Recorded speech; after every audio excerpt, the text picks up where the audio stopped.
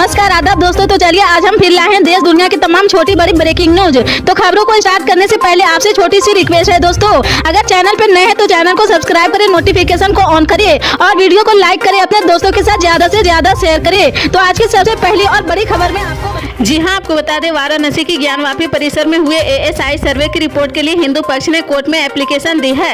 इससे पहले बुधवार 24 जनवरी को ही जिला कोर्ट ने इस ASI सर्वे की रिपोर्ट दोनों पक्षों को सौंपने का आदेश दिया है, जिसके बाद आज हिंदू पक्ष की ओर से रिपोर्ट को हासिल करने के लिए अदालत में अर्जी दी गई है। ASI रिपोर्ट को लेकर हिंदू पक्ष का कहना है कि सर्वे की रिपोर्ट मिलने के बाद इस कॉपी को अध्ययन किया जाएगा ताकि पता चल सके कि सर्वे में क्या क्या बातें सामने आई है। रिपोर्ट मिलने के बाद ज्ञानवापी मामले में अगली सुनवाई 6 फरवरी को होगी। हिंदू पक्ष ने ASI सर्वे रिपोर्ट प्राप्त करने के लिए कोर्ट को आवेदन सौंप दिया है। वाराणसी जिला अदालत ने 24 जनवरी को ही ज्ञानवापी परिसर के ASI सर्वे की रिपोर्ट दोनों पक्षों को देने का आदेश दिया था। अदालत के आदेश के मुताबिक सभी पक्षकारों ने प्रार्थना पत्र देने पर सर्वे की हाई कॉपी मुहैया करा दी गई है।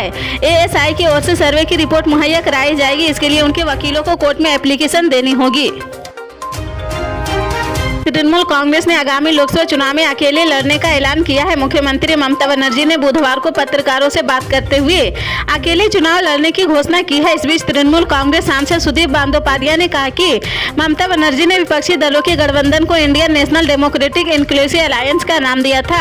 TMC नेता ने गुरुवार को मीडिया से बात करते हुए कहा, इंडिया अलायंस ममता बनर्जी के नाम पर बना था। उन्होंने ही गठबंधन को इंडिया नाम दिया था। वह चाहती थी कि गठबंधन सफल हो, इसलिए हर पार्टी का उद्देश्य सिर्फ बीजेपी हटाओ देश बचाओ होना चाहिए। TMC नेता का बयान ऐसे समय में आया है जब ममता बनर्जी ने घोषणा की है कि वह बंगाल में अकेले चुनाव लड़ेगी। उनकी पार्टी राज्य की सभी 42 लोकसभा सीटों पर चुनाव लड़ेगी। उन्होंने दोहराया कि बंगाल में कांग्रेस के साथ सीट बंटवारे पर कोई बातचीत नहीं हो रही। मुख्यमंत्री ने कहा, हम पश्चिम बंगाल में सीट शेयरिंग को लेकर कांग्रेस के संपर्क में नहीं है। कांग्रेस को अपने दम पर लड़ने दीजिए, हम अपने दम पर लड़ेंगे। महाराष्ट्र में मराठा आंदोलन तेजी से तूल पकड़ रहा। मुंबई पुलिस ने मराठा आरक्षण को लेकर मनोज जरांगे पटेल के मोर्चे की परमिशन नहीं दी है। 26 जनवरी को मराठा मोर्चा मुंबई पहुंचने वाला है। इससे पहले ही मुंबई पुलिस ने मराठा मोर्चा निकालने वालों को नोटिस जारी किया है। पुलिस ने साफ कर दिया कि कानून का पालन न करने पर कार्रवाई की जाएगी। महाराष्ट्र के मुख्यमंत्री एकनाथ शिंदे और जरांगे पटेल के बीच वीडियो कॉन्फ्रेंसिंग के जरिए आज मराठा आरक्षण को लेकर चर्चा होगी। महाराष्ट्र सरकार जरांगे पटेल से 1 बजे तक का समय मांगा था। इस पर सरकार ने सकारात्मक फैसला देने का वादा किया है। इससे पहले मुंबई उच्च न्यायालय ने बुधवार को मराठा आरक्षण कार्यकर्ता मनोज जरांगे के अपने समर्थकों के साथ मुंबई में प्रवेश पर रोक लगाने से इनकार कर दिया है। लेकिन महाराष्ट्र सरकार ने यह सुनिश्चित करने को कहा कि नगर की सड़कों पर जमा नहीं होगी। न्यायमूर्ति ASI गटकरी और न्यायमूर्ति श्याम चांडा की खंडपीठ ने कहा कि यह सुनिश्चित करने के लिए सरकार के पास आवश्यक कार्रवाई करने का अधिकार है कि कानून व्यवस्था की स्थिति खराब नहीं हो और शहर की सड़कें बाधित नहीं हो।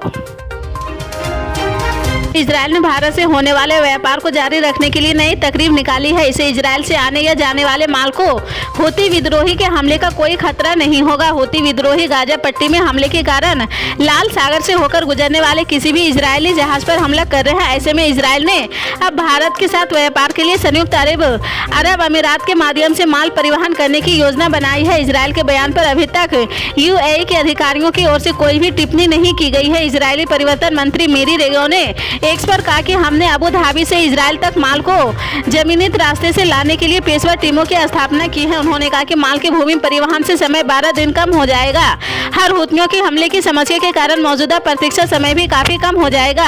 हम यह करेंगे और हम सफल होंगे। हालांकि मेरी रेगियो ने यह भी बताया कि UAE से इजरायल तक माल की ढुलाई के लिए कौन से जमीनी रास्ते का इस्तेमाल किया जाएगा और ये किन किन देशों से होकर गुजरेंगे। इसी तरह की पल पल के अपडेट जानने के लिए जुड़े रहे हमारे स्टार न्यूज के साथ। मिलते हैं अगली बड़ी खबर।